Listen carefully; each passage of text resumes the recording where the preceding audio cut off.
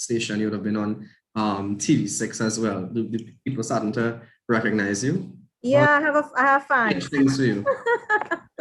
Yeah, I have a lot of people will tell me and say we heard you and it was so great and thanks, and I mean that's why we're doing this kinds of stuff, right? So right. It's outreach. It's important. Okay, so let's begin. Doc, you ready?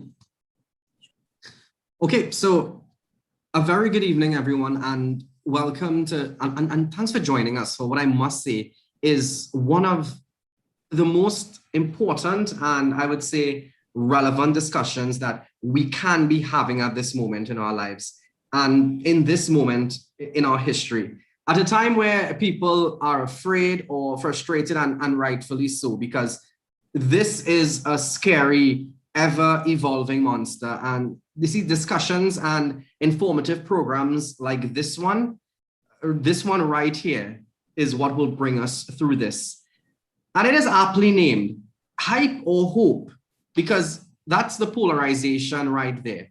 We've seen the long lines at the vaccination centers. There's your hope. But we're also seeing the skepticism where people are wondering, is it all hype?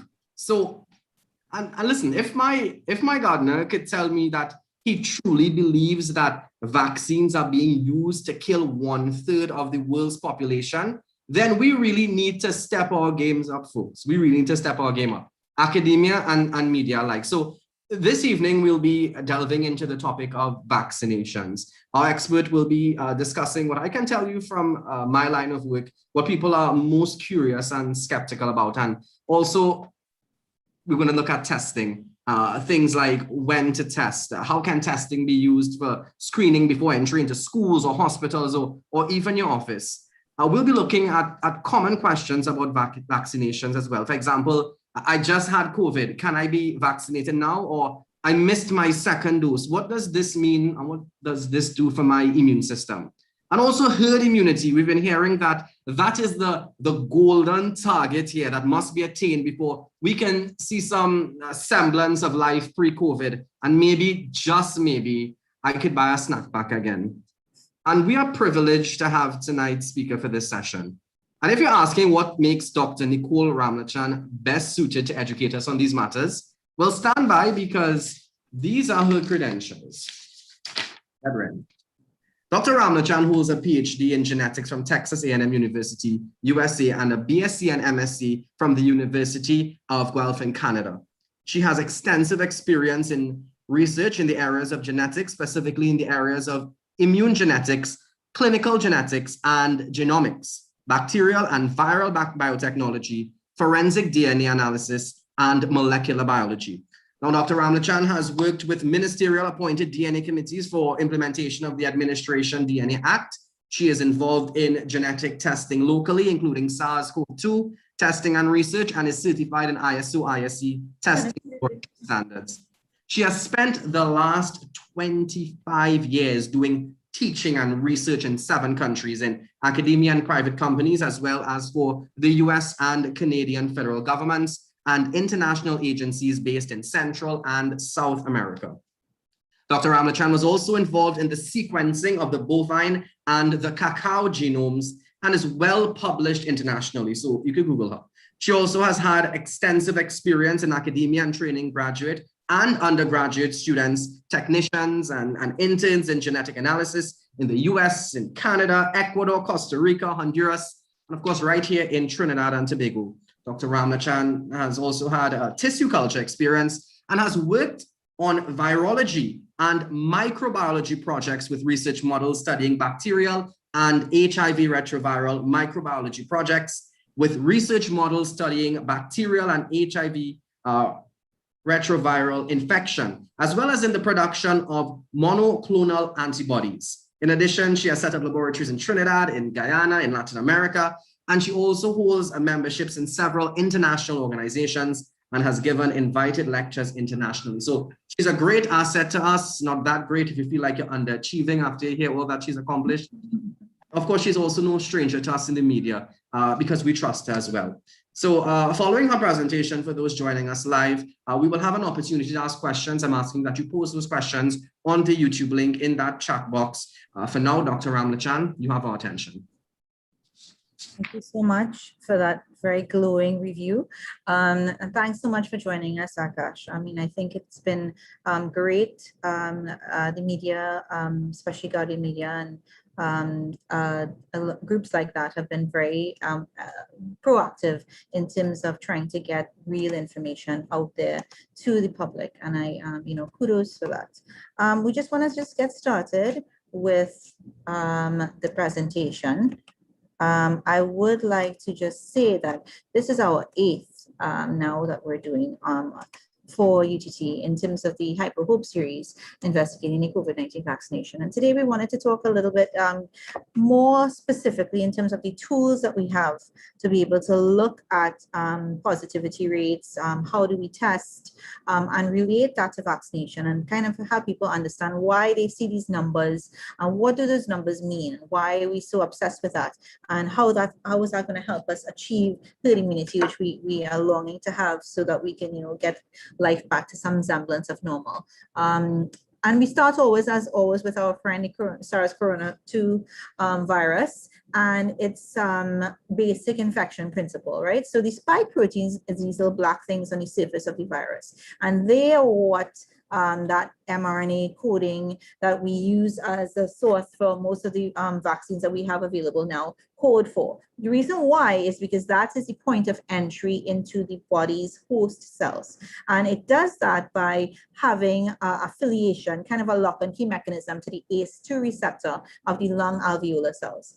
And when that happens, the lung alveolar cells accepts that foreign virus as self. Somehow it's managed to allow that to happen through the mutation of that spike protein and enter into the cell, replicate itself, basically create that cell into a manufacturing virus assembly plant, which then now pumps out new virus into the body for further infection of other cells, and then of course downstream immune cells, and that's where you get all your big problems that we see following COVID, SARS-CoV-2 infection.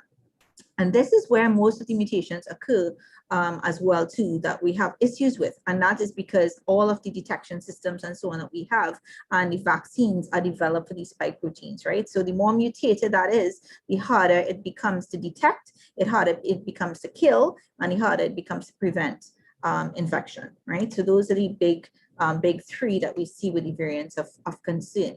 And again, just to go over the chain of infection, remember the reservoirs where the virus lives. In this case, it jumped from an animal host and became a zoonotic disease, as we call it, just like Ebola and HIV and all of these other viruses that were able to jump from its natural animal host into a human, most likely because of exposure, habitat removal, illegal trafficking, those kinds of things, allowed it to actually adapt to get that lock and key mechanism onto that ACE2 receptor into a new host, now become a serious problem for our immune naive population, which had never before seen it.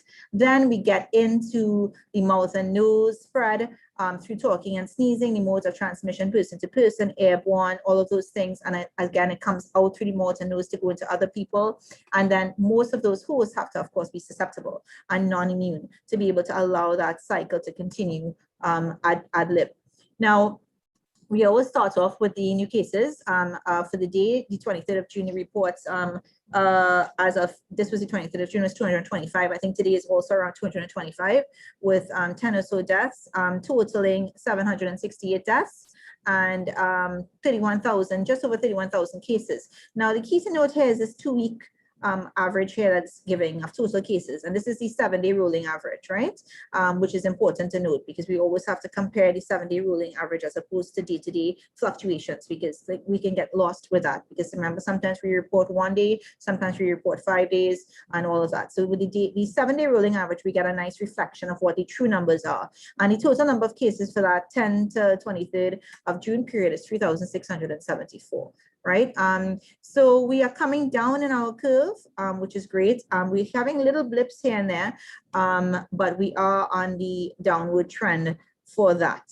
Now, in terms of the confirmed cases per million, and again, the 7-day rolling average, this is Trinidad and Tobago here in the dark green. For some reason, a lot of them came out green. I tried to change it, but anyway, to just pay attention, this here is the Trinidad and Tobago line. Right here, we're seeing Brazil, which is now starting to peak back up again, even though they were kind of consistently flat for a little while, flattish. Colombia and Argentina, Argentina is actually off the map. And Colombia is pretty high. So they're kind of in the middle of surges, as is most of South America right now. Guatemala, Venezuela, well, Venezuela is underreporting, but Guatemala, St. Vincent and Grenadines and so on, Canada, Jamaica, Germany, Barbados are pretty low. And of course, India had a big spike a couple months ago, but they've been able to get that under control. Great for them. Been trying to increase their vaccination rates as well too. And Guyana has kind of been up and down since April or so, but more or less flatline-ish, you know, right around between the 200s or just under 200s, 100s and 150 or so cases. Now, this is an important measure, and I always include this for people to understand that looking at the cumulative total or daily numbers of confirmed deaths is not necessarily enough to be able to compare the speed at which the rate of death is increasing. So to be able to do that, we have to actually look at how long did it take for the number of total confirmed deaths to double. And I just put this for comparison. On June 14th, Trinidad was the 5th highest in terms of the shortest time to double, right? 26 days. And right now we are the 8th, which is 40 days. So that is showing that our rate of death, increase of death rate is actually slowing over time, which is great. So we are actually seeing the cumulative total daily number of confirmed deaths actually dropping over 14 days visibly. So that is good news. The daily confirmed deaths, I just put a comparison here. I wanted to note this in our region. St. Kitts and Nevis is showing a pretty high increase. They're right at around 8 deaths per million, which is a lot for them because their population is small. Trinidad and Tobago, if you notice from here, is up 7.45. So we have come down a little bit from our high of 11.48 last month, which is good news for us. Brazil is at 902. Argentina, as I mentioned, was peaking, but they seem to be controlling it, and then now they're peaking again, so they're kind of up and down. And Colombia is at 12.32, kind of on the way up. Chile also on the way up.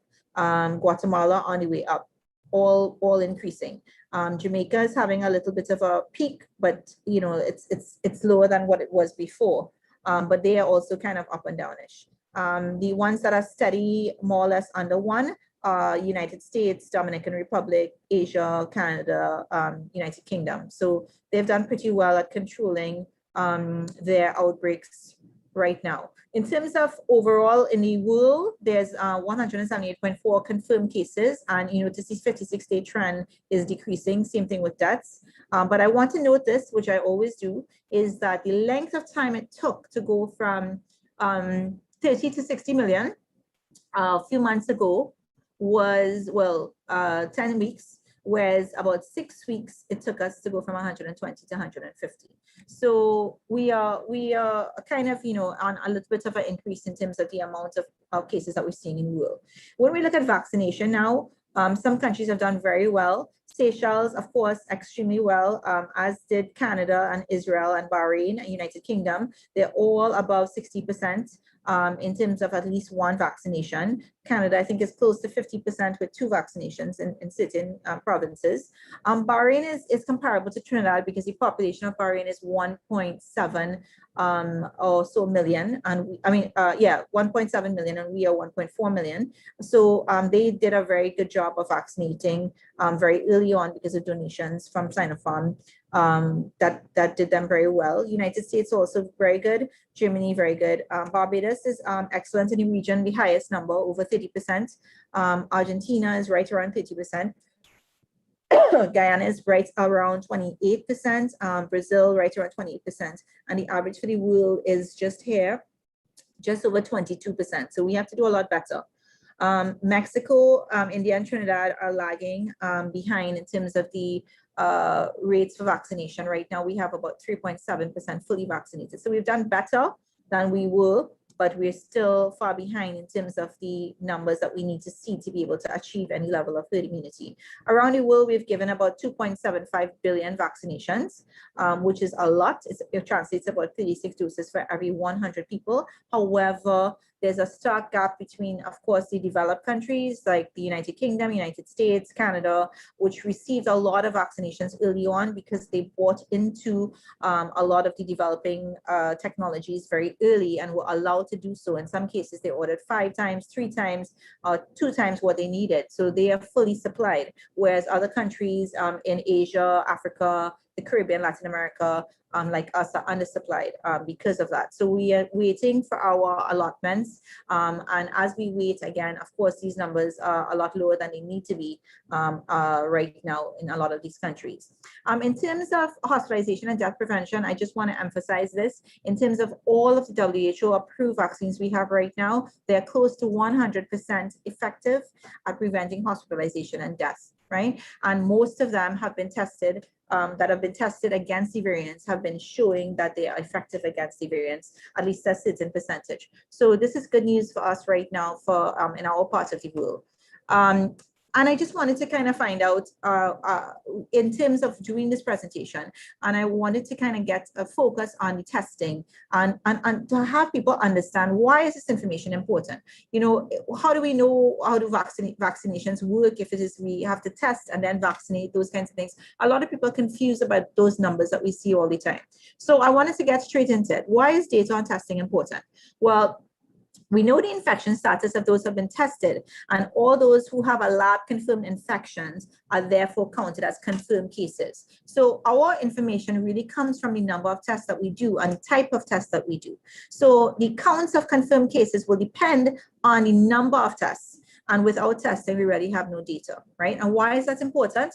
Testing is how we see what's happening in this pandemic. It shows us how it's spreading around the world, particularly in countries where we have little short-lived epidemics, which we just had a few weeks ago, was really a little mini epidemic in Trinidad because we were flatlined for months, and then we had a little epidemic. This is what happens when it is we are able to tell that those kinds of stories, is that we use this data. And without data, we're not going to be able to understand what's happening. We're not going to be able to know which countries are doing well, who are vaccinating well, who are able to get those death numbers down and severe disease down, who are underreporting cases and deaths. For example, we knew India were underreporting quite drastically, as is Venezuela, a couple other countries, Iran, and they were under testing and those kinds of things, partly because they didn't have availability of tests. So those kinds of things were important for us to be able to assess what's happening. To interpret any data on confirmed cases, we have to know how much testing for COVID-19 each country actually does, right? So which COVID-19 tests is the most effective, or what do you need, right? So I just kind of wanted to go through them one by one, but let me just give you the general gist of it here. So an antibody test is a serological test. So it looks at the IgG and IgM antibodies. Depending on the test, it looks at either the nuclear capsid or the spike protein. And it will tell you whether or not you've been infected at any point in time in the past, anywhere from 10 days to 3 months, 4 months, 5 months, sometimes 9 months. It does not tell you if you have the virus right now, but it's very, very good for surveillance, right? And it's very, very good for other reasons we're going to come in into later. The RTPCR test and the antigen test tells you whether or not you have present viral particles in your body. So that tells you if you're infected right now. And you either do a saliva sample or a nasopharyngeal sample or a lower respiratory sample, depending on the kits that are available. The antigen is what we call a rapid test because you get results really quickly, 20 minutes. It detects the hundreds of particles, whereas the RT-PCR test will detect single particles. So it's much more sensitive. Now, it doesn't mean that the antigen test is not sensitive. It is sensitive. It just needs more particles to be detected, right? So you start antigen testing usually at day 0, as is most efficient, and you usually not use it post 2 weeks or so post showing symptoms. RT-PCR is useful because it can detect such low numbers of particles and antigens that it can be used actually once you know you've been exposed. So basically, if you've been exposed to somebody, you could do a test the next day within 24 hours. And if you have viral particles circulating, it will be detected by RT-PCR. And again, that goes up to 2 weeks after showing symptoms, right? or sometimes being totally asymptomatic. You don't usually want to use this too much into the infection if you are symptomatic, because you might show positive RT-PCR because you have trace particles, but it doesn't necessarily mean that you are positive for shedding virus, right? The antibody tests, again, don't become useful until post 7 to 10 days after infection, whether or not you know it or not. And you test both IgG and IgM. IgM kind of gives you the initial story of whether or not you have infection now, and IgG kind of tells you the story a little bit later on in terms of the long term. The difference between the RT-PCR and the rapid antigen: RT-PCR basically detects the nucleic acid sequence, whereas the rapid antigen just detects the viral protein itself, right? They both either use swabs or saliva, depending on the kits that you have, and the results are usually much shorter with the rapid antigen, usually 20 to 30 minutes, and with the RT-PCR, somewhere between 12 hours. Now we've actually been able to bring it down to 24 hours. Why is this useful? Why do we need to be able to check the antigen and RT-PCR COVID-19 tests? And that's to be able to determine who's positive. And why is that useful? Well, first, it's going to measure adequately how much the countries are testing. And secondly, to be able to allow us to understand the spread of the virus in conjunction with the data on the confirmed cases. So the positive rate is a good metric for how adequately the countries are testing, because it indicates the level of testing relative to the size of the outbreak. So to be able to properly monitor and control the spread of the virus, the countries with more widespread outbreaks have to do more testing. Right? There's no way to go around out of that. And we need to have basically a positive rate at about 5% if it is the epidemic is under control within that country. Because I mean, we're going to constantly have these little epidemics breaking out in the middle of this pandemic. Because remember, all of these countries are in itself, in some cases, very isolated, because countries like ours are locked down, those kinds of things. So what we're going to have is mini epidemics, and we have to be able to understand how those are spreading, when they are going to be under control, if they're under control, and the positivity rate is very useful for that, right? Limited testing makes it likely also that many cases will be missed, right? Because if you're only testing, for example, the positive cases, you're going to miss most of the other population. So that's one of the issues that comes into place. In countries that have a very high positive rate, the number of confirmed cases is likely to represent only a small fraction of the true number, right? So when the positive rate is rising, it can suggest that the virus is actually spreading in a wider community much faster than what we're seeing in the confirmed cases. So that's very important to consider. In terms of the percentage for positivity, I included this for you to kind of understand what happens when it is we're trying to calculate the percentage rates, right? Because there are many different ways you can do it. And generally, this is the way that we accept across the world. The cases of overall results. So we take the number of people who test positive, and by this case, in cases like countries like Trinidad and so on, we usually do use RT-PCR. We don't use antigen. Some other countries use antigen and RT-PCR positives. Trinidad just counts RT-PCR. But you basically take the number of people who test positive, you divide that by the either unique people, encounters, or tests. Sometimes people will say, okay, well, whether or not one person was tested twice or 3 times, sometimes countries don't report. But basically, it's divided by the total number of tests and multiply by 100 to be able to give you your percent positivity, right? And this is just here for the United States. Each of these is a state, and it tells you states with the positivity equal or below 5%. So these guys have been testing very well. And the states that the positivities are above 5%, and these guys that are down here, that are generally a lot of the southern states, also New Jersey and Montana and Wyoming and Nevada, some cases like that, some states like that. New Jersey is very, very underrepresented in terms of the amount of testing they do. If we look at the world, the positive rate, again, is important to look at. And this is the share of COVID-19 tests that are positive.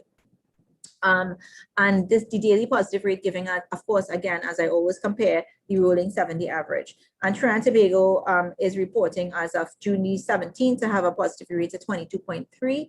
I think I heard one of the individuals in the Ministry of Health presses mention a positivity rate of 30%. So this might have increased. So this is also an issue that we need to bring down. So if we're going at 30%, we're kind of upwards here in the red. We have to bring that all the way down to 5%, right? In terms of the amount of tests that we do have to be increased. The approach that individual organizations like Johns Hopkins and so on so use to positive calculation. I kind of wanted to include this to have people to understand, because a lot of issues is we have to be able to gauge whether or not we're casting a wide enough net for testing, right? So they're kind of reporting here what happens in the United States and why they're using this approach forward. They're looking at the total number of tests divided by the total number, as a denominator, and the total number of positives as a numerator to be able to give you the best notation in terms of percent positivity, right? And they're actually going to say that they actually do repeat testing as well too, because a lot of people don't report on the same person being repeated testing. Every time they're tested again, they're counted as a brand new test, right? So for example, and that happens because somebody might have 2 COVID-19 infections, or somebody might be positive initially and they want to see 2 to 3 weeks later if they're still positive to come back out to work, all of those kinds of things, right? Also, they keep screening high-risk populations like nursing homes, sometimes schools, people who go offshore are having repeated tests and screening. So it's very important, but it's important to note as well, so the repeat test might be problematic in the total numbers, right? So we have to be aware of that and how it is that we check. So these are all important things in terms of testing.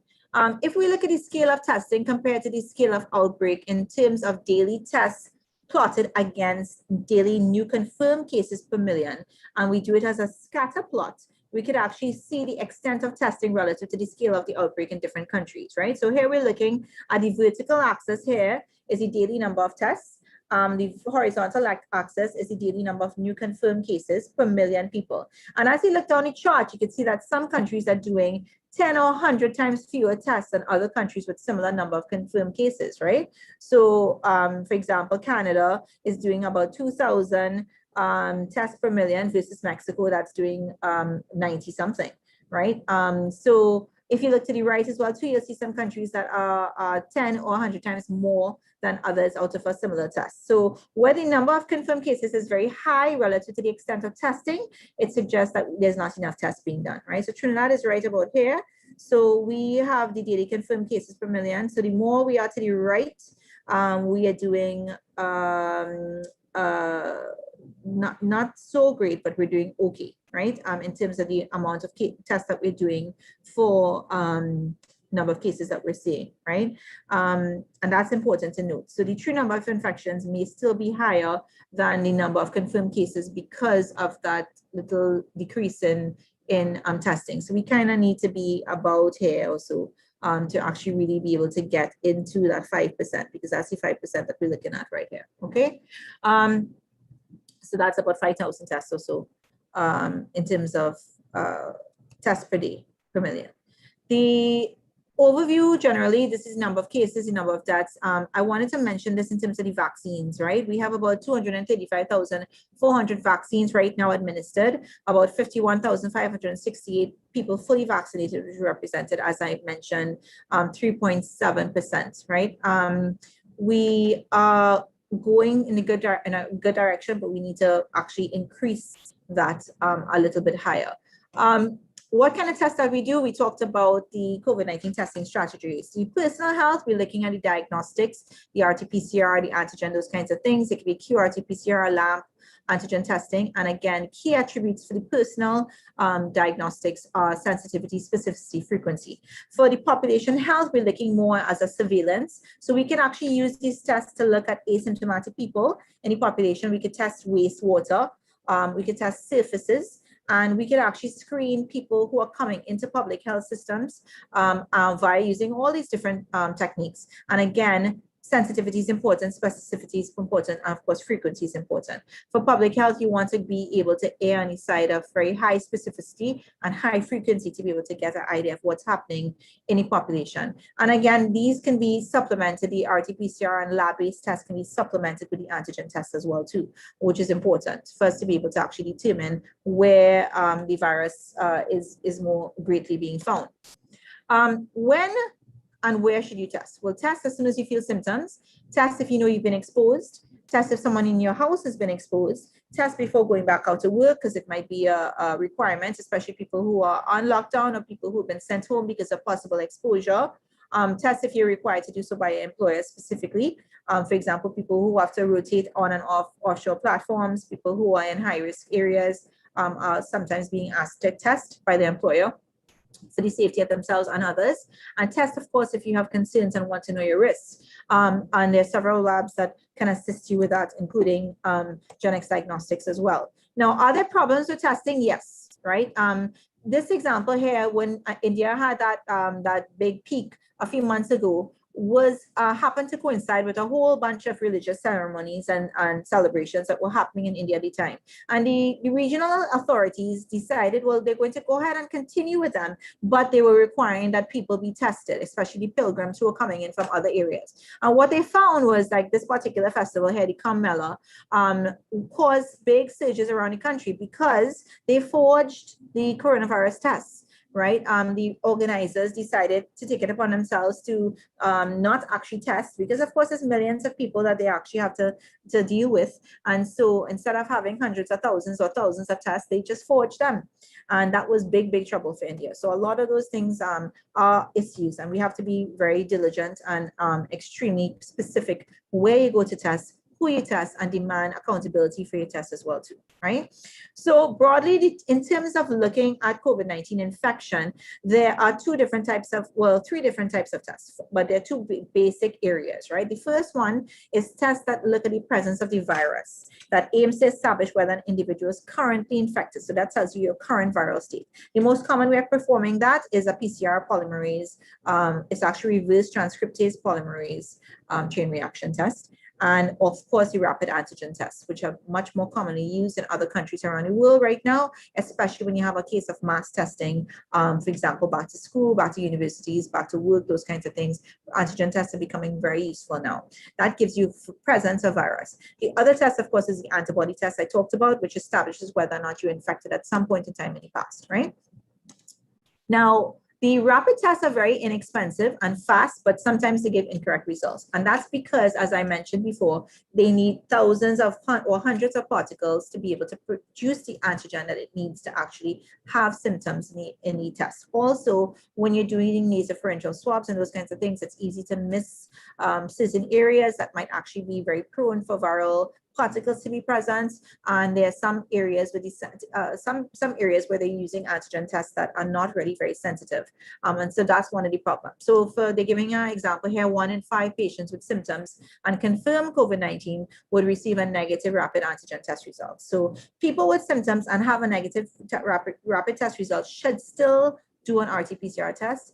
If you're positive and you have symptoms, obviously you should do RTPCR tests to be counted in the numbers, especially locally, because we don't necessarily count the antigen tests right now in our total numbers. You must wear a mask, must isolate, stay at home in a separate room, and do all of the normal regulations to pull yourself into isolation, right? In terms of the usefulness, though, it really depends on the way the sample is taken. So I kind of wanted to illustrate this because a lot of people have issue with the nasopharyngeal sample in particular. And what happens is, I took this straight out of one of the kits. You actually have to go straight back into the nasopharyngeal cavity and almost sample from the back of your nasal pharyngeal area, which goes down into your throat, right? So that is what you need to get. If you stop at any point in time before that, you might have a really not a good enough sample. So you have to really go back in there. Sometimes that's very uncomfortable. People have issues, sometimes they sneeze. And that's one of the problems that we have with a lot of the sampling, and where you go and who does it is the technique that's used, right? And some people, as I said, are very sensitive about it. So we have other options. We have the saliva, which we do at Genix Diagnostics as well, and other labs offer, where you don't actually have to do the nasopharyngeal swab. You can do a saliva sample, right? The Helgen COVID antigen test is just an example, and I put this here for you to understand how it works. So they're saying that it's a in vitro immunochromatograph assay, which means that it's literally a color change, right? That's all it means. It's 2 lines and it's a color change. For the qualitative detection of nucleocapsid proteins, it's not the spike protein that we talk about all the time. It's actually nucleocapsid, which is the interior part of the viral antigen from the SARS-CoV-2 in nasopharyngeal swabs. where you add it to the media and it does not differentiate between SARS-CoV and SARS-CoV-2, right? It has a 97.3% positivity, 99.6% negativity agreement, and overall about 98.9%. Time for results about 15 minutes, and the shelf life is usually about 24 months, which is great. It's about 2 years. So that's really good. It's beneficial because you get your results within 15 minutes. It allows you to be able to facilitate your patient treatment, especially if it is that you are incoming into a hospital facility for a procedure, something emergency in the ER. It's important to do these kinds of things, right? Back to school, when it is that you want to be able to detect for people who are coming out to work, those kinds of things. Very time saving, very simple, and high enough specificity and sensitivity for the job that needs to be done. This is what happens when you're actually doing it. Here you take the sample and you actually put a buffer in it, wait your requisite 1 minute, and then put 4 drops of that solution in the cassette. Now what they've done is these bands are where the antigens are, right? So the control would be a control that's present, a basic protein control for anything. And then here where the T is the test band. And that is where they would have spotted, in this case, the nucleocapsid antigen from SARS-CoV-2. And if it's a positive, it's going to look something like this, either light or dark.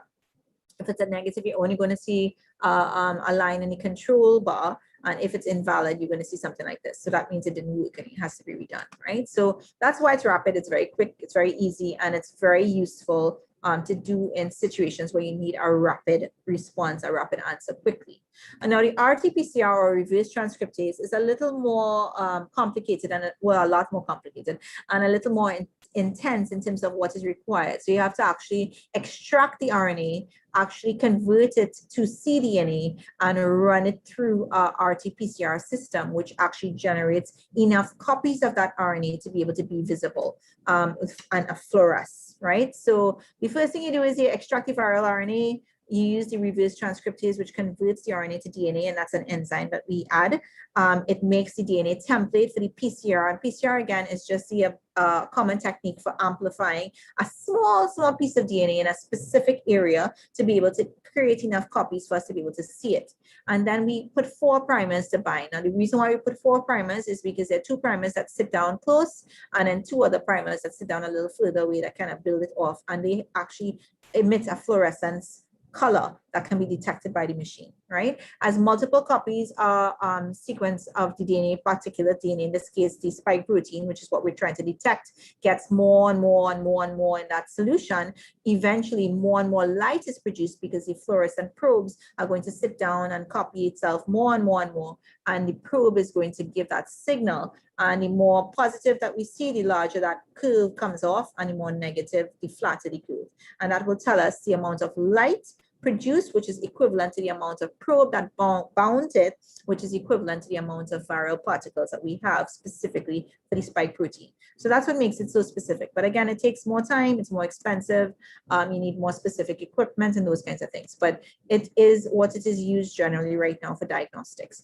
Now, what is useful to know too is that all of these tests have a period of time where they become useful, and then a period of time where they no longer should be used, right?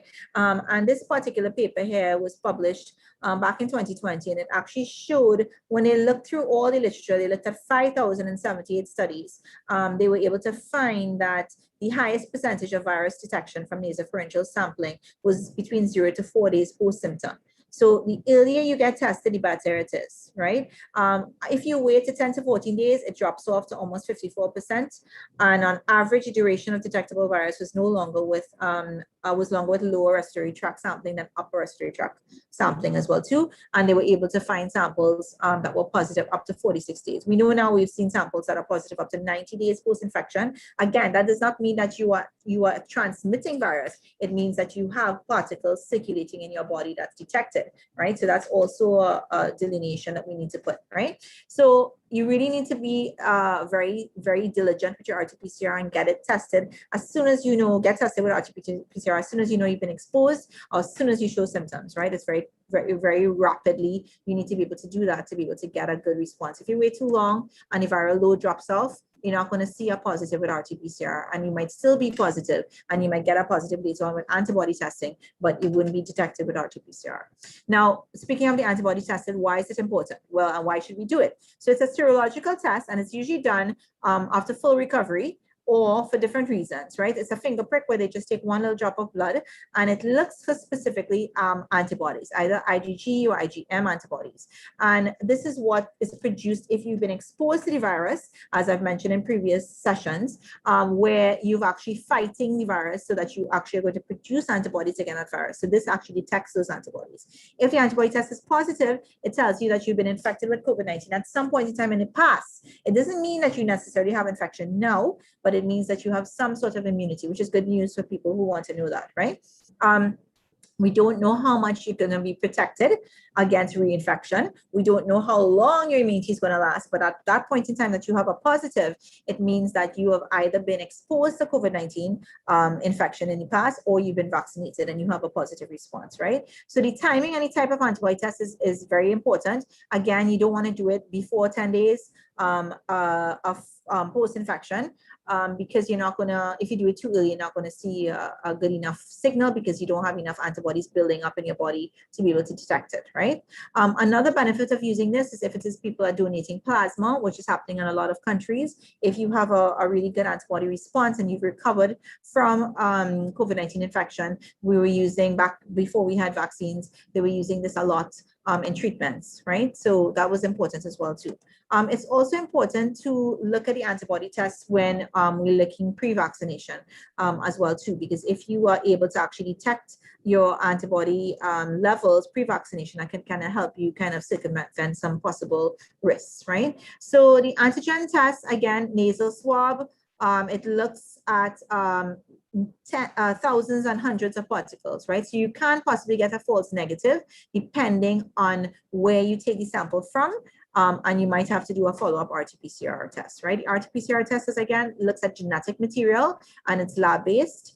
The fluid sample is collected with a nasal swab or a throat swab, or you may have to spit in a tube, which we have in our lab as well too, to have a saliva sample. And again, the results are available usually within 12 to 24 hours, much more accurate, and can pick up some of the missed tests that the rapid test would have missed, right? But again, depending on the time and your viral load, whether or not you're going to get a positive on that. So just going back to the data collection, right? In terms of positivity rates and numbers of cases and all of those kinds of things, using these techniques that we're describing, I just wanted to kind of address some of the questions in terms of understanding the data, right? Is there no data, or is it hard to find? A lot of countries are not providing official figures or not doing it so regularly. So we have to kind of work with their data, right? What testing technologies are being used? You have to read and make sure that you're comparing apples to apples, right? If people are looking at antigen and antibody testing versus if they're just looking at antigen, those kinds of things are important. Do the numbers refer to performed tests or individual tests? Are they repeated? Those kinds of things. Are the same person being tested more than once? Are negative tests included? Are pending tests included? So you have to be clear when it is you're reading this data, what it is you're reading, right? Do all the figures include all tests or just some? Are all labs reporting? Are it just the official government labs reporting? Those kinds of information needs to be known as well too. In terms of answers to the questions, in terms of regions and those kinds of things, in order to assess the reliability of the aggregate testing, we have to be clear if heterogeneous data is being summed as well, in addition to the period in which you publish figures. So we have that issue in Trinidad. People ask me all the time, you know, with that data was reported over 5 days. If it's 6 days, it's 1 day. Can it be compared? No, it can't. We have to look at the 7-day rolling average to be able to compare that, because you have to be able to include all the tests that's done in that same period. Right. So that's kind of like a checklist to keep in mind when you're looking at data. Right. In terms of vaccinations as well too, I wanted to get into that particular part of the story in terms of the under 12-year-olds and the children, and what the EAU is doing to allow that to occur right now. So right now they're in talks of trying to decide whether or not they're going to go with an EAU or whether or not they're going to go with full FDA approval in certain countries like the US for vaccines under 12 because of the data and because of how difficult it is to test children and those kinds of things as well too. So a lot of the testing information is in there for children and are usually they're only tested when they're positive. And that's one of the problems that we're having. So in terms of when they should be vaccinated, right now we're working with the Pfizer being available only for 12 to 15-year-olds. By November 2021, the 2 to 12-year-olds may come through again if it is that we have enough information to have those approvals completed. But right now, most vaccines are really just approved for 18 years and over. And the US has been steadily vaccinating the 12 and ups with the Pfizer and have about 51% of that group now fully vaccinated, which is good news. But, it's difficult to be able to test the efficacy if we aren't testing, right? So here, let's go with when do we test? So when should you test your child for COVID-19? If your child shows any symptoms, fever, sore throat, sneezing, headache, loss of taste or smell, fatigue, difficulty breathing, of course. If you or someone in your household has tested positive, if you've had a known exposure outside of the home, if you've had a known exposure from a visitor to the home, we had some cases where we had to test people because they were called after having utilities workmen in their house who tested positive, and the company called them and told them we had to test the whole family, things like that, right? And of course, if you're going to use an approved vaccine for a child over 12, we usually request that you test the child, of course, in countries where Pfizer is available and Moderna and so on for 16 and over. It's important to test because you don't want to give them a vaccine too soon after COVID-19 infection, especially if they're asymptomatic, right?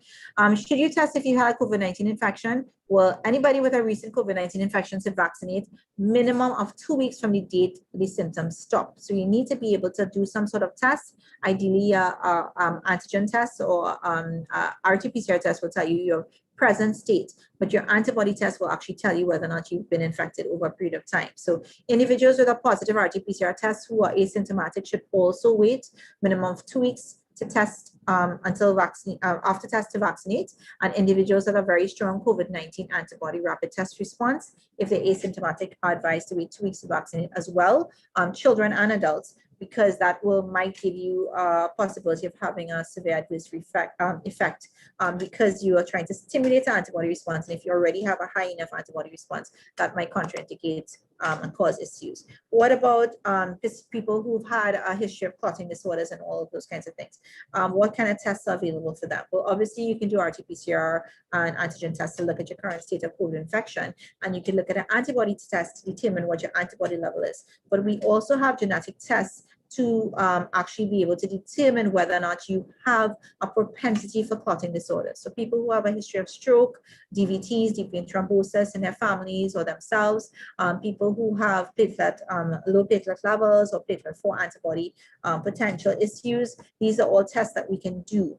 You can also talk to your physician, especially for people who want anticoagulants and blood thinners, to be able to determine whether or not the vaccines available are suitable with your meds, because it's always advised that you continue your meds unless so advised by your physician to stop prior to vaccination, right? Biochemical and genetic testing, of course, should be done to determine the risk of thrombotic thrombophilias or presence of thrombocytopenia, because all of those things may increase the risk factors. So recently this week, we've just confirmed the second result of a blood clotting event taking place after somebody who was vaccinated with AstraZeneca here locally. And we know that that's a risk that we're seeing in the mRNA vaccines. Both Pfizer and Moderna also shows it at 4 in a million and 5 in a million, but AstraZeneca and Johnson & Johnson are showing it as well at about 1 in a million and 4 in a million, and in lower, in different demographics that are higher, 1 in 250,000, and so on, people under 40. So these are important things to be tested. If it is you have already a predisposed genetic risk, then you probably need to take that into consideration and decide which vaccine you should take, right? Depending on what is being offered to you. So these are real concerns that you should actually do testing. What about tests to predict your risk of COVID-19 infection? Are those available? Yes, they are. So would you be able to have your DNA tested to predict how hard COVID-19 would hit you? if you were infected, and should you? Well, we have those tests available at Genex Diagnostics where I consult, but it's really important to consider it, because for people who feel that they're not in a demographic, they don't have a high enough risk for COVID-19 infection and are reluctant to take vaccinations, this is probably a good idea to do, because it kind of gives you a baseline. In some cases, people are 15 or 20% more likely to be severely infected with COVID-19 that could actually have severe disease or death. And those individuals should really consider, based on their genetic risk, and a combination, of course, their age, their sex, their pre-existing medical conditions, whether or not they can get extremely ill or potentially die from COVID-19 infection. So this is an important test that can be done as well too. Right now, we have testing that's very mainstream for flights, international flights in particular, local flights in some areas, depending on the country, and of course workplace tests are becoming normal right now. Pretty much everybody who works in a offshore environment has to be tested regularly, and factory environments or areas where they have close quarters have to be tested. Universities already have declared that people have to give a negative RTPCR test to enroll, and certain schools around the world are also requiring that. Public service in certain countries, I know St. Vincent, they're saying that they're asking for RT-PCR negative tests before they come back out to work. And surveillance also is getting much better, because there are a lot of apps now that are on your phone that can link with your smart watch or your bracelets. They're actually giving bracelets that actually feed back real-time data to the apps that actually go to the surveillance places. So people can actually track you without you actually even doing anything. You don't even have to enter your temperature or anything. It actually automatically gets it. And they're in the UK, they're using it, the EU using it, certain places in certain states are also using it, and becoming much better at tracing, tracking, and reporting this. So testing has become more or less right now part of our lives, right? And are we going to be testing forever for COVID-19? Probably no. There are certain countries that have already said that you don't need RT-PCR tests to reconfirm. If you show a negative RT-PCR test at first entry, healthcare workers and so on, you might not have to. If you're international travel, they were doing it once for patients within 14 days of arrival, depending on the country. Asymptomatic people are not required. The rapid antigen test is enough for some of them. So it really just depends. This is going to change over time, especially more and more vaccinations are taken hold, and the higher we get towards that, the higher rate that we get towards that herd immunity. I always like to show this, because people always ask me, how are you so sure vaccines work? Well, just look at this. This is from January to June 2021. This is United States. This is people fully vaccinated. We started off with 3.4 million. Right about now, June the 7th is 140.4 million. And look at the deaths. Started off at 3,334, and now we're down to 370. This is usually my answer for all those people on social media who are like, show me the deaths from the vaccines. Well, look at this, right? As vaccines increase, the deaths are actually decreasing, right? So that tells you right away that the vaccinations are not causing more deaths, but preventing more deaths from COVID-19, which is the bottom line. And the way we know this is because we test them. We are vaccinating them. We test them after they're vaccinated. We look at the antibody response. We know the antibodies work, and we can tell you vehemently with 99.99% accuracy that vaccination is bringing down the number of deaths and severe disease that we see in the world. So can testing and vaccination end this pandemic? Yes. If enough testing is done, we can see where the high incidences and then sequence those variants. That's very important. As these more and more variants come in, that is a big problem for us, right? The Delta is here, most likely. We know that the Gamma was here. We're probably going to getting peaks in our parts of the world from other types of variants. Once we have a large enough population that is unvaccinated to act as viral incubators for more and more of these variants to occur and more mutations to occur in the spike protein. Right now, the Delta is made it very, very nice to be able to get into the receptors of the cell surface of those ACE2 receptors of children and youth, whereas it wasn't so happy before to do that. We didn't get that kind of level of infections in the previous viral strains that we have. Even the alpha and beta, it wasn't like that. Right now, we're seeing almost 100% greater transmissibility of the Delta in the UK. Right now, the US is up to 25% in terms of Delta. The UK is almost 99%.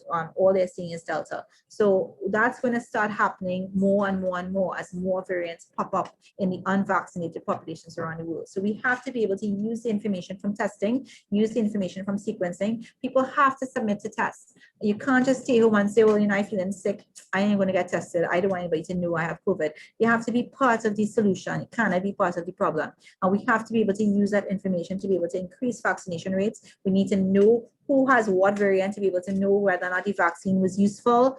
People were fully vaccinated and still got disease. We need to know that. If the disease wasn't severe, they did not die, we need to know that. So with the increase of vaccination at the right rates in the areas that are needed, we can get to herd immunity. We have to see that 75, 80, 85, 90% worldwide to be able to get out of this pandemic. There's no other way, right? So again, how do we end this pandemic? You have to reduce trafficking to get rid of those extra reservoirs, jump in, the zoonotic disease, mask wearing to stop the portal of exit, and again, mask here, not mask here, not mask here, not mask here. Person-to-person contact, airborne contact has to be decreased. We have to sanitize, maintain distance, isolate, yes. However, without the vaccination and without this Xing off of this susceptible host circle, we're not going to get to herd immunity. And this is going to be very, very hard to achieve. To be able to end this pandemic, we have to get rid of this population here, this susceptible host population, get those numbers down as much as we can to be able to successfully get out of it. So again, what is the ideal vaccine? The one that is offered to you, of course, with your own health considerations taken into consideration, with your medical physician consulted. Make the decision to get vaccinated, please. So thanks very much for your time. I'm going to stop sharing now, and we're going to ask for questions.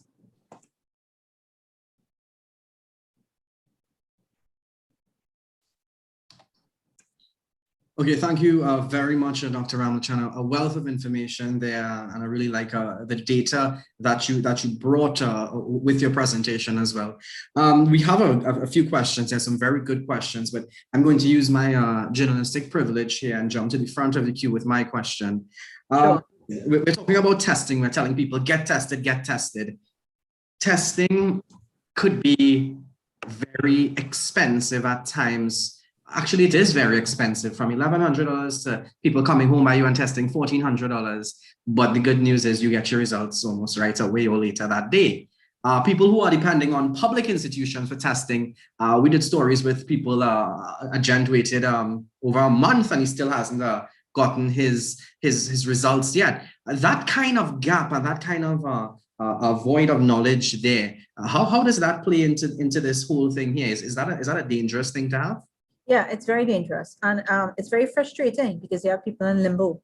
So that's one of the issues that we been trying to work with the Ministry of Health and individuals to be able to kind of up their scale. And you know, they're saying that they're getting more machines and they're working harder at it, but we're not seeing that being translated into higher rates of testing. In terms of time of results, right? So more and more people are being tested, obviously, because more and more people are infected and more people showing symptoms, more and more people have been exposed, more and more people have to contact trace. So those numbers are increasing, but we have to get to a good relationship with the private public system. I'm involved in genetic testing in addition to COVID-19 testing privately here as well through Genetics Diagnostics. And I mean, I can say that our prices are pretty low compared to the general price list, but again, it's expensive if you have to do multiple tests, right? So that's where I'm suggesting, and I'm always telling people, try to do the antibody test, try to do the antigen test, try to do the cheaper tests first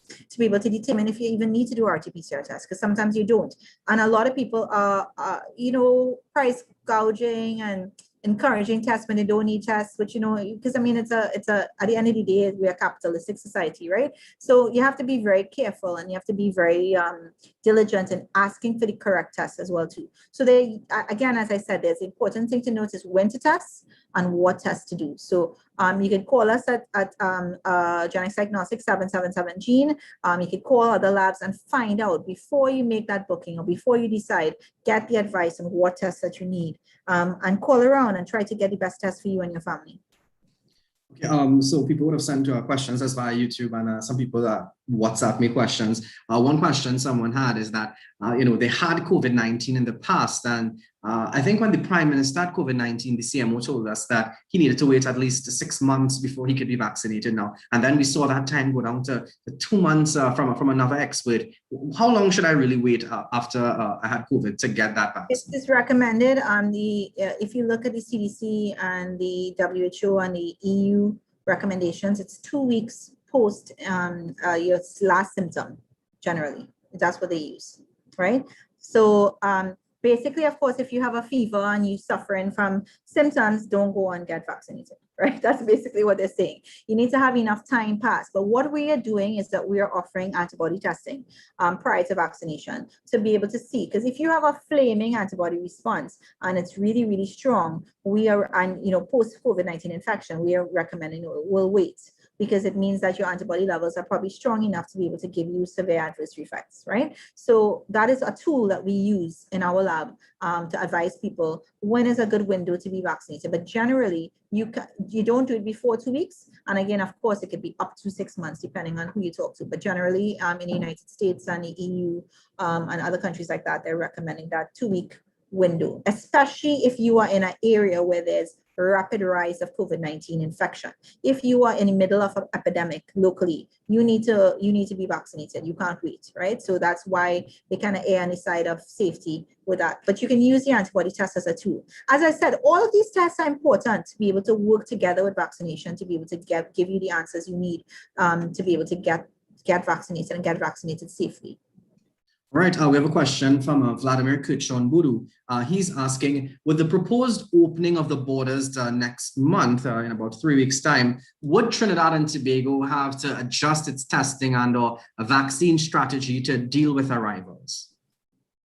Yes, most definitely. We are going to have to do testing at the airport. Obviously, they would have to do I guess they will have recommendations. Different countries do different things for isolation, and some people make you go to a hotel for 3 days. Canada does it for 3 days and then 14 days at home if you're not vaccinated. Now they're saying from July the 5th, if you're vaccinated, you can go straight to home.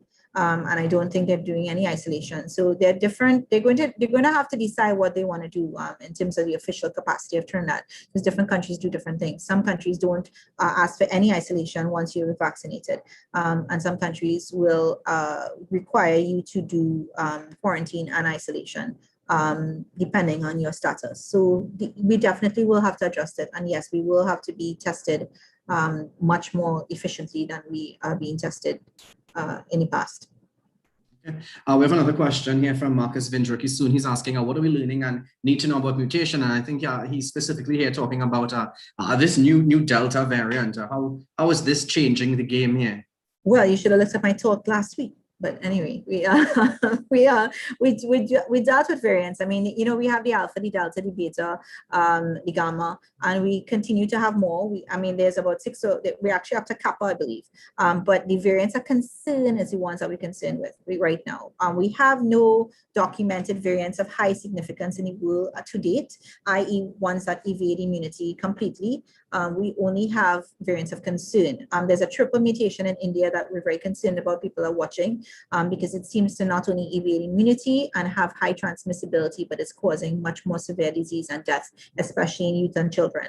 And that is very concerning. So we're not sure if that's going to develop into a variant of high significance. We're hoping not to. But as we sequence and as we get more and more information from around the world, we're able to actually determine what we have. And we actually have been able to actually fit that into RTPCR tests now. So they actually are able to actually detect what variant you have from RTPCR, which is a faster way than doing it waiting for the sequence. But it's still important to sequence because we need to know what mutations actually have occurred. Because P1, the original P1, which is now called gamma, because you all know we renamed all the nomenclature to kind of pull out from that whole xenophobia kind of thing of where the country that it originated from, like, the Chinese virus from back in the Trump days and so on. So now the gamma is actually known to have almost 22 mutations from the original gamma. So even that is mutation in itself, right? So mutations are going to continue. That's what viruses do. That's how come they've evolved. Viruses were here millions of years before us, and they'll be here millions of years after us. They exist purely because of their ability to reproduce and replicate and mutate. All right, and I think that leads to the other question that Vladimir would have asked, would have been my natural follow-up here. Why are some vaccines more effective against different strains of the virus? And part two to that, that Delta variant, the vaccines that we have available to us here, the AZ, the Sinopharm, do they offer a certain level of protection against that? And what's the efficacy? Yeah, well, the Delta in particular, that was tested against Pfizer and AstraZeneca in the UK most recently, and they're showing good levels of efficacy against those. Sinopharm was very efficacious, reasonably efficacious. I think it's 50-something, 60-something% against the Gamma. So they're being tested. And again, as real world data is coming through, we're going to get more and more information. You have to remember these vaccines are being used in the case of AstraZeneca, 177 different countries, Sinopharm over 55 countries. So they're being used all over the world, and more information is coming through the pipeline every single day, and that's being collated. So right now, I could tell you every single WHO vaccine that has been tested against a variant has shown reasonable efficacy against that variant. So we're not in a, end of the world situation right now when it comes to vaccine strategies. All of them are useful against all the variants we have in circulation right now and present day as of today, June the 24th, 2021. So yes. As we're talking about the Sinopharm here, I had a question here from Ms. Petal Garcia, and she has a big concern about the AstraZeneca vaccine with respect to her parents. And she said she's reading a lot of literature about how people that are prone to clotting shouldn't take that vaccine, especially the elderly. What would your advice be to Ms. Garcia? Well, actually, over 60-year-olds are being recommended to take AstraZeneca. It's really the under 40-year-olds you're seeing those CVSD clotting disorders in. However, if people have specific clotting disorders on anticoagulants and warfarin and things like that, Plavix and those kinds of things, those are the people that have to see their doctor and determine whether or not a particular vaccine would be, would be better for them or not. But generally, people over 60 have no issue with taking the AstraZeneca, and it's recommended in that population. It's people that are under 40 are the ones that were showing the higher risk of the clotting disorders, especially females, people on birth control, those kinds of things. Those people would probably have to take pause and do decision tests. As I said, we have clotting disorder genetic tests that we do at Genetics Diagnostics. We have the antibody test that we can do. Other labs can do it as well too, to kind of give you a profile to kind of make you feel comfortable whether or not you want to take that, depending on what vaccine is being offered to you. So those decisions have to be made with your physician, with the proper tests, and you can't just, be hesitant and just be hesitant in your will and say, well, I just waiting. You can't, because there's no perfect vaccine right now. Pfizer causes contraindications. We're seeing myocarditis, people under 19, young, healthy males dying.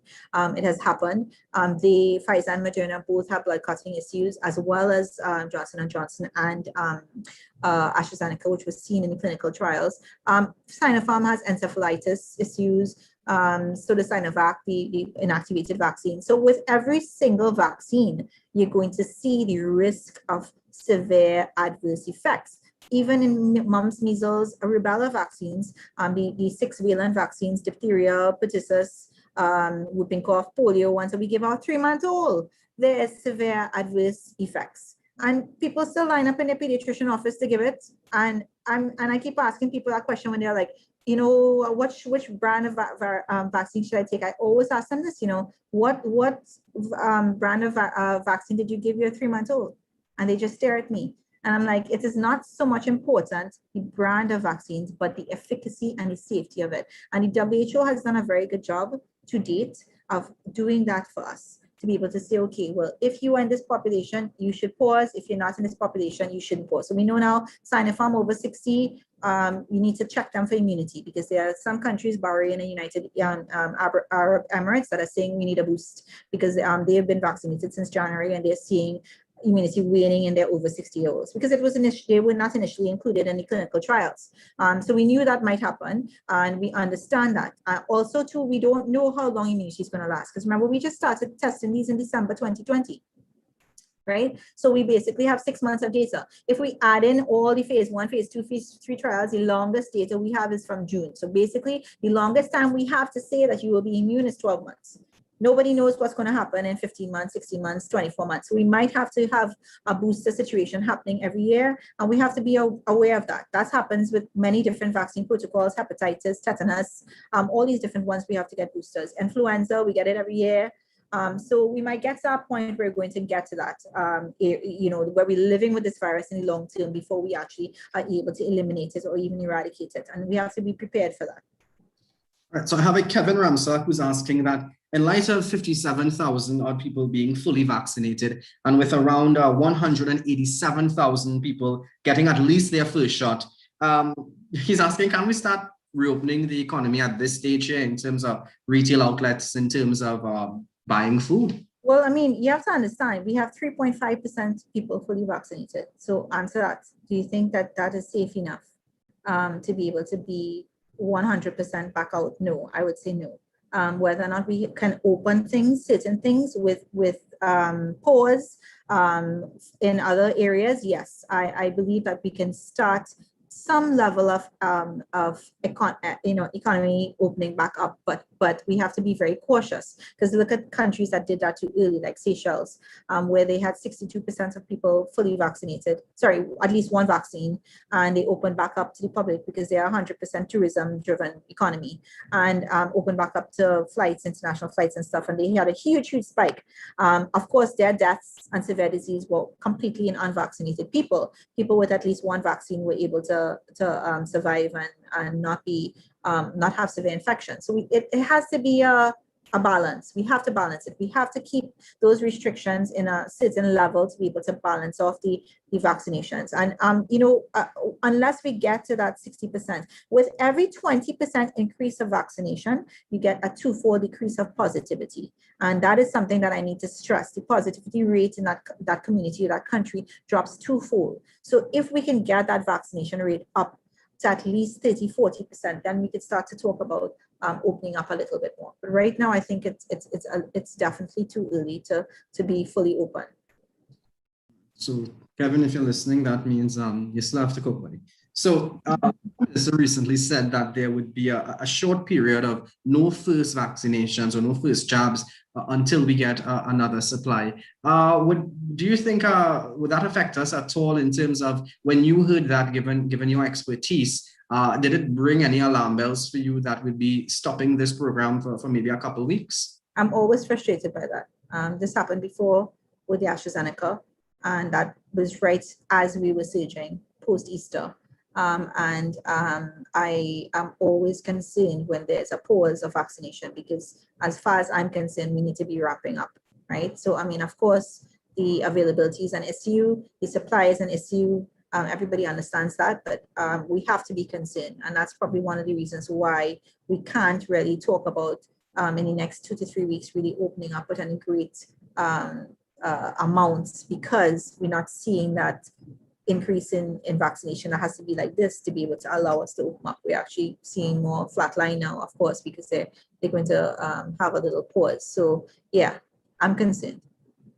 Well, given everything that they've basically, as we say, locked down, why are we still seeing the numbers so high? Why am I still today seeing 200 and something cases when we are in a state of emergency? Community spread, that's the word. Community spread. We've never had community spread in Trinidad and Tobago, literally, unless we, the tiny little peaks that we have, I wouldn't even count that community spread.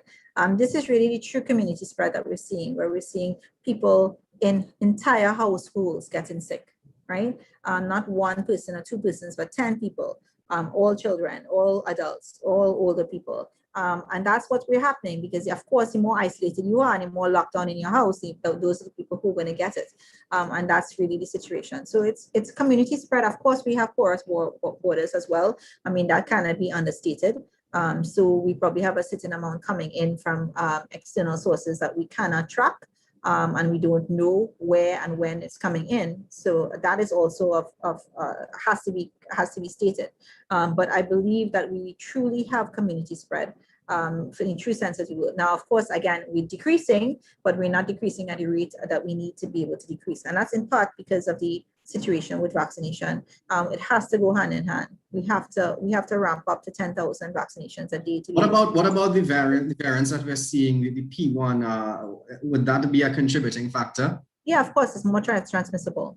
And if the Delta shows up, it's also more transmissible. So we're going to have issues with that. So, and then it's more transmissible in different populations and different demographics that weren't transmissible before. So remember, right now we're vaccinating a certain group of people generally, right? The healthcare workers, people over 65, people with comorbidities, under 60 got in the first set of AstraZeneca. They're not getting through, I think, with Sinopharm right now.